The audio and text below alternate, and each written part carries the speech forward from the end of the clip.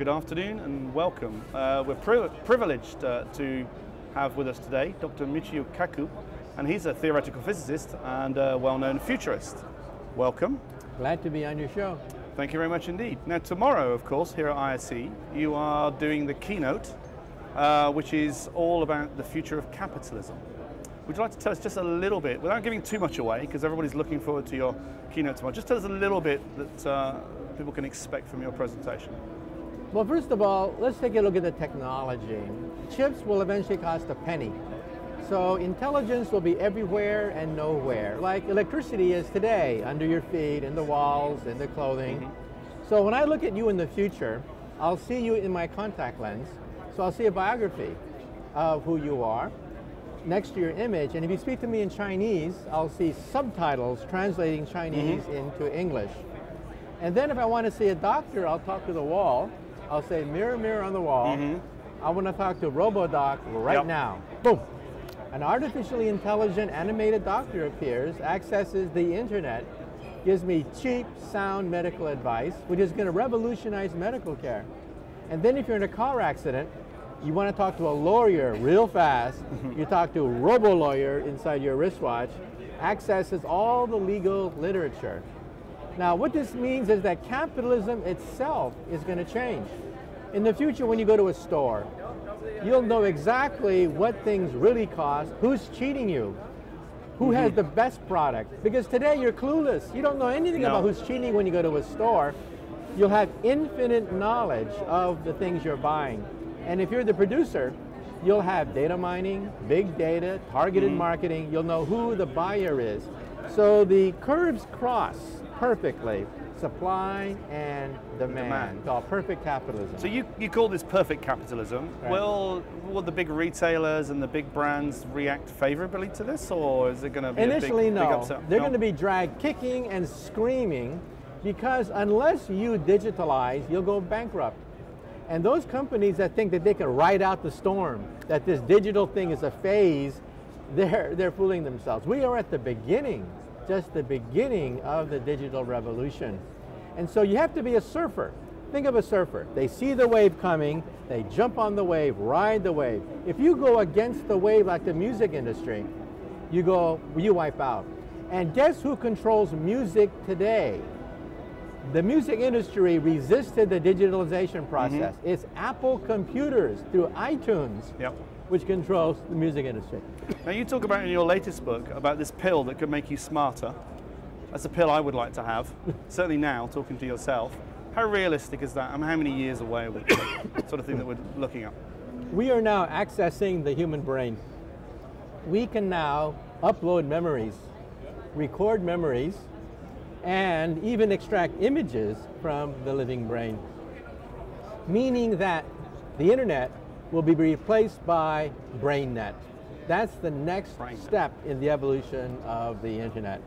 We'll send emotions, memories, sensations on the internet.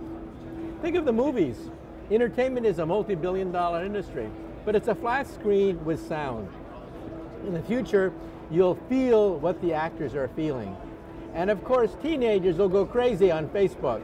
Teenagers will send the emotions of their first date, their first kiss, their first dance to all their friends on the internet. It's going to revolutionize the way humans interact with other humans. So this makes a whole new meaning of emoticons then. It'll be emotional icons for That's people. right. Okay. And when information is everywhere and nowhere, there's a third person right there, holographically, that'll appear, who's on the other side of the earth. And we'll think that person is really there, and we'll sense emotions between us.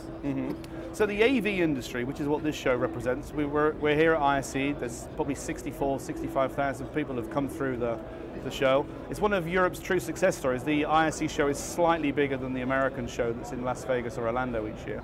How will it have an impact on you mentioned the TV stuff and how that will change, but in other ways, how will it change? Well, think of TV today. It's basically a flat screen.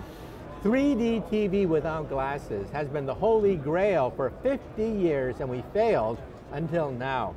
With what is called lenticular technology, we can make images jump out of a TV screen without those clunky glasses. The secret is a screen. The screen consists of thousands of vertical lines which cuts the image in half, one half to the left eye, one half to the right eye. So in the future, the walls will be intelligent, will be surrounded by visual images in 3D, and we'll talk to them and they'll be intelligent. Artificial intelligence inside your wall. Okay, and that will be, when you say artificial intelligence, I mean, how intelligent will the artificial intelligence be?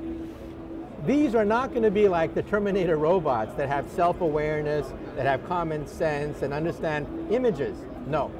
They're going to be simple adding machines that can add 1,000,000 times faster than you, scan the internet, and give you sound legal, medical, engineering, and educational advice. So we'll have robo-doc, robo-lawyer, robo-engineer, robo-professor. So very focused, vertically sector-oriented, really. That's right. So, they will not have common sense. They're not going to have pattern recognition. They're not going to know that water is wet, that mothers are older than their daughters. They're just adding machines, but they'll give you sound, legal, medical, engineering advice almost for free. This is going to revolutionize medical care and revolutionize the law industry. Okay. Now, anybody who's read any of your books, we've been reading this latest one of yours, and anybody who's done any research and looked at your lectures and whatever, know that you're a big fan of science fiction. And you always weave in some great science fiction film or book stories into your presentations.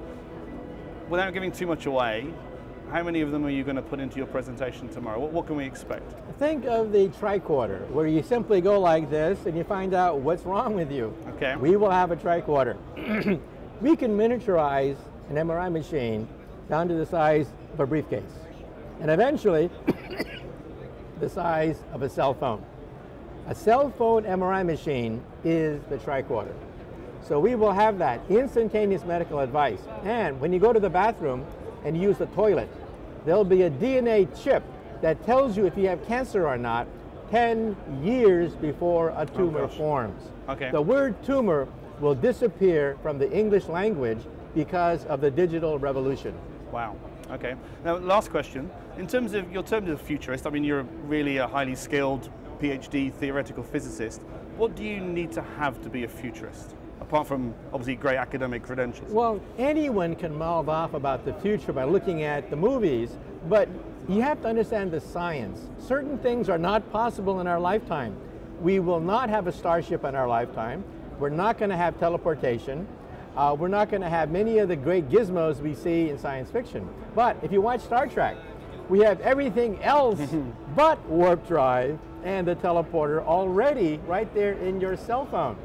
A medical laboratory right there in your cell phone that can diagnose illnesses, your heartbeat, EKG, just by putting an attachment on your cell phone. We have that already. Okay. Well, the only thing I need is the intelligence pill. Michio, thank you very much indeed.